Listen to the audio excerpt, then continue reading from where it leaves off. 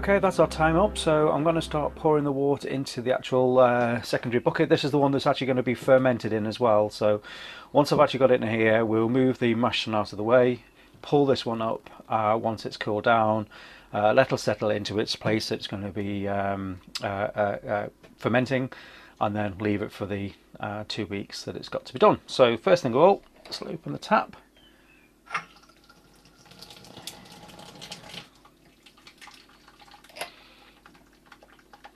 And as you can see, we now have the wort slowly being brought into the actual.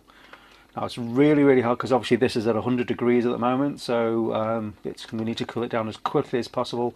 So let me pour this out and I'll come back to you in a minute. Right, so there you have it. We've now done our complete brew. We've actually managed to do a complete mash right at the beginning. That's when we actually added the grains to actually get the sugars in.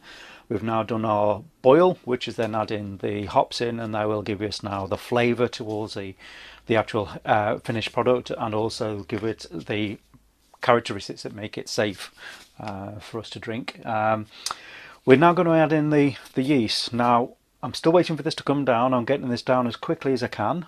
It's now in a full boil of water with the ice packs. It's coming down quite nicely. It's now dropped it already 40 degrees, so we're up to about 50 degrees at the moment. With your yeast, you will have details on the back of the package which tells you what its temperature it will actually ferment at. So on this one it says for best results ferment at 18 to 23 degrees, 64 to 73 degrees Fahrenheit. That's important because if you go any higher than that, you will actually start the process, or the process will go quicker, which means you'll burn out the yeast very quick. And once you burn out the yeast, obviously you're not getting the full yield. The sugars will be still left in the brew, and therefore what happens is that you won't get the full attenuation of what you wanted. So this is actually shows on here that its attenuation is 77 to 85%. So that means it will use that amount of it should convert that amount of sugar over to alcohol. And the alcohol tolerance that's on the back, it says 11%. So basically it will not survive itself. The yeast is an active ingredient, is a live ingredient. It will not produce any more alcohol above the 11%. What it does is it kills itself off.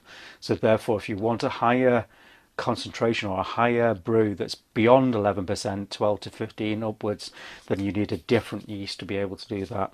For beer, anywhere, as you know and I know, between 3% and 5-6% is normal. So therefore, you know, this is great for whatever you need. So that's the final step. There is one more within this actual one that I'm doing, and that's called dry hopping.